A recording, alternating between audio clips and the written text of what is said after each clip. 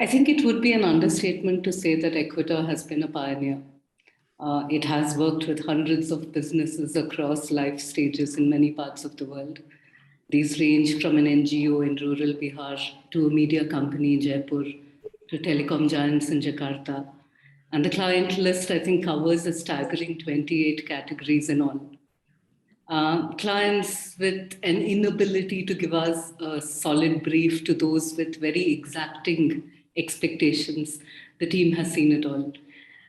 We've had clients who called us from a negotiating table in Hong Kong to confirm the ceiling valuation for a brand they wanted to acquire. We have had conglomerates who wanted us to provide a basis within a week for negotiating a license fee with 28 of their group companies for use of the corporate brand. We've been in organizations that are days away from losing most of its employees. We've worked with entrepreneurs, for example, one who asked us to travel 16,000 kilometers for one short meeting. I think the multitudes of clients and the range of work only pales in comparison to the lessons learned by the team that has worked on some of the most demanding mandates of our time. Congratulations to the team. Congratulations to Team Ecuador on completing 20 years of a very inspired existence. Your accomplishments don't obviously need an external validation. It is evident in, I think, the lives and organizations that have been transformed as a consequence of the work that you do. But I suspect all of this is known, and if anything, the profile and the number of well-wishers in the room is a testament to the goodwill that has been built. And like with all things of value, I don't think any of this has come easy. Paul Graham, who is the entrepreneur and essayist, observed that prestige is fossilized inspiration. It is like a powerful magnet that warps even your beliefs about what you enjoy. It causes you to work not on what you like, but on what you would like to like. As most of you know, this false sense of prestige has never afflicted RJT. 20 years ago, I'm sure there were many who were convinced that setting up Ecuador was a fool's errand. To misuse an Americanism, I think he was zigging while he ought to have been zagging, according to many of them.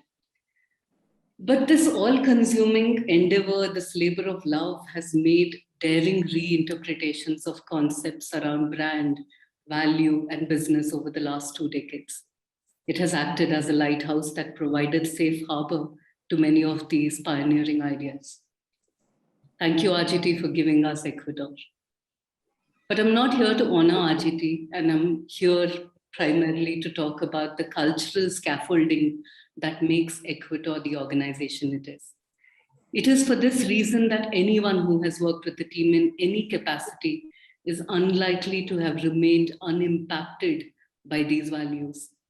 Very often, like with me, these principles become guiding lights that influence all aspects of our existence. My priorities, my friends, and my work is determined by the work that I did with Ecuador and what I learned there. Maybe I should begin with my own formal journey and how it began with Ecuador. The year was 2008, and I was on my way to transitioning out of an entrepreneurial role into a fellowship with the Acumen Fund. Through a series of happenstances, the fellowship was put on the back burner, and I found myself at Ecuador. It seemed like a very radical move for somebody determined to transition fully into the development sector at that time.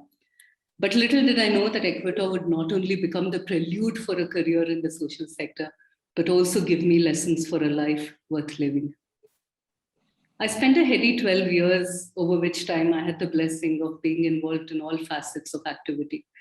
If I had to condense all that I learned, that is today burnished into how I think, it would take a few hours.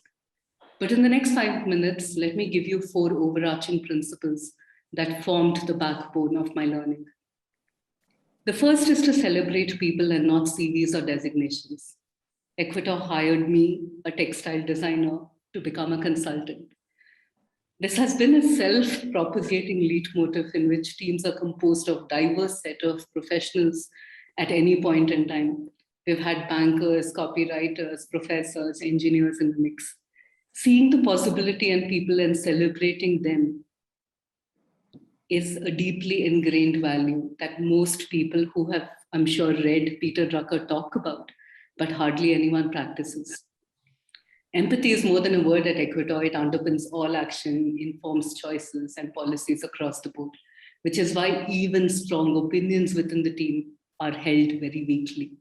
You need to have the grace to learn, to correct yourself, and be willing to change your stand.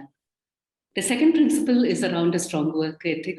Once I was inside the team, there were no concessions and no one was spared. It was unrelenting and very often very punishing. Your stripes had to be earned, but your stripes also faded each day if you didn't put in the effort.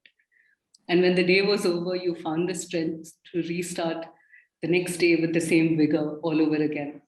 And there was no shame in failure. You just had to try again and again. Clients often told us that working with Ecuador was not for the faint of heart. For us, this was a badge of honor, and we often told our clients that they should bring us on board only when they were ready for this sole reason. Working together like a symphonic orchestra, taking pride and accountability, having the integrity to admit when you don't have all the answers. These again seem very much like they ought to be commonplace, but hardly ever are. The third principle is the disdain for the culture of immediacy. Anyone who has spent long enough with RGT will tell you that he often nudges everyone to become world class before becoming worldwide. At a time when overnight success is rewarded by column space and our worth is measured by magazine covers and followers, Ecuador remains unfashionably committed to taking the long road. This means no shortcuts, no copy pasting either of ideas or content. First principles thinking is celebrated, and any sustainable change, it is believed, is possible only through concerted action that will yield result over the long arc. The last anchor principle for me is in the realm of optimism.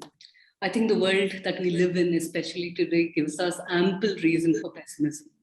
To see promise in organizations that are crumbling, in teams that have been tested by conflict, and individuals sagging under the immense weight of past failures requires us to know in a very deep, meaningful way that positive change is possible. And to therefore keep the wellspring of possibility and hope alive is considered nearly to be a moral obligation within the team. In my work today, these principles continue to serve as the maps for navigating a complex, distracted world in which internal consistency is less important, unfortunately, than external validity. Ecuador, you've not just pioneered thinking, but have also served as a place of refuge, a home for our emotions, and a school for our thoughts. On behalf of generations of clients, partners, and employees, I thank you for asking unanswered questions, for dislodging us from the comfort of safe mind spaces, and providing the antidote to living an unexamined life. There are more peaks to surmount and many more oceans to cross. But in so doing, I hope you continue to sit at an angle to the rest of the world. May you not regress to the mean, as it were. And to paraphrase Walt Whitman, may the powerful play go on and that we continue to contribute a verse. Thank you again for keeping the faith and giving me an entry in this ledger. Thank you and best wishes.